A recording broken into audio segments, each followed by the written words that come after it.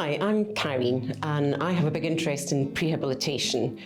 Prehabilitation is just another word for getting yourself as fit and healthy as you can before any upcoming treatment.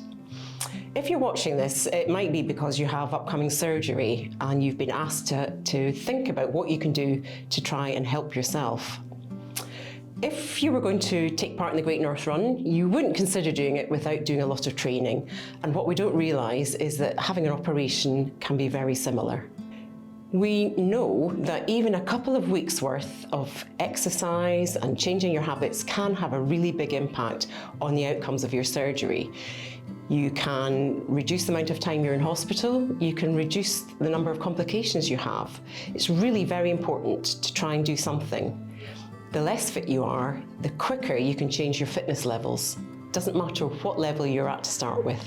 So what can you do to help? Well, there are many things that you can do to help.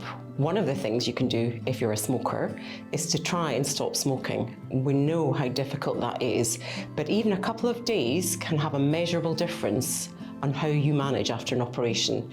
We've got lots of advice and tips on how to help you on our website or by discussing things with our health coaches. Another thing you can do is to try and reduce the amount of alcohol you drink. Perhaps even stop altogether. We don't realise what an impact it has when we're in hospital. Other things that you can really do to help yourself is to try and increase your movement, your diet, and your mental health.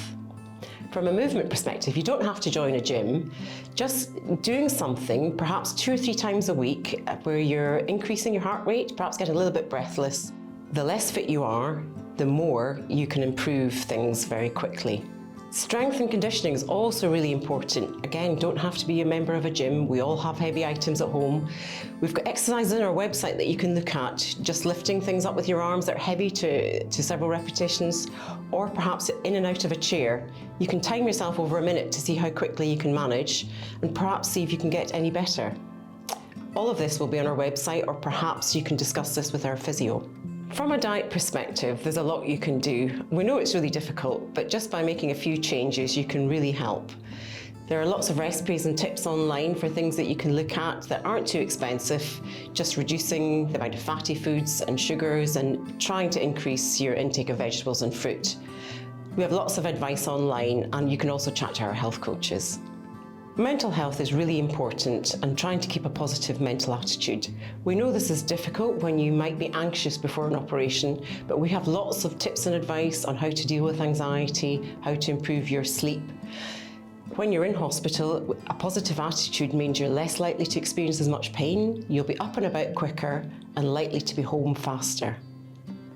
Lots of things that you can do to improve your mental health. You can talk to our health coaches completely anonymously. You can also just help yourself by getting out and about, perhaps socialising with your family and friends, going out for a walk in a green space, or think of something completely new, perhaps even like journaling. We have lots of information here to help you, both online and in person. We're here to help you.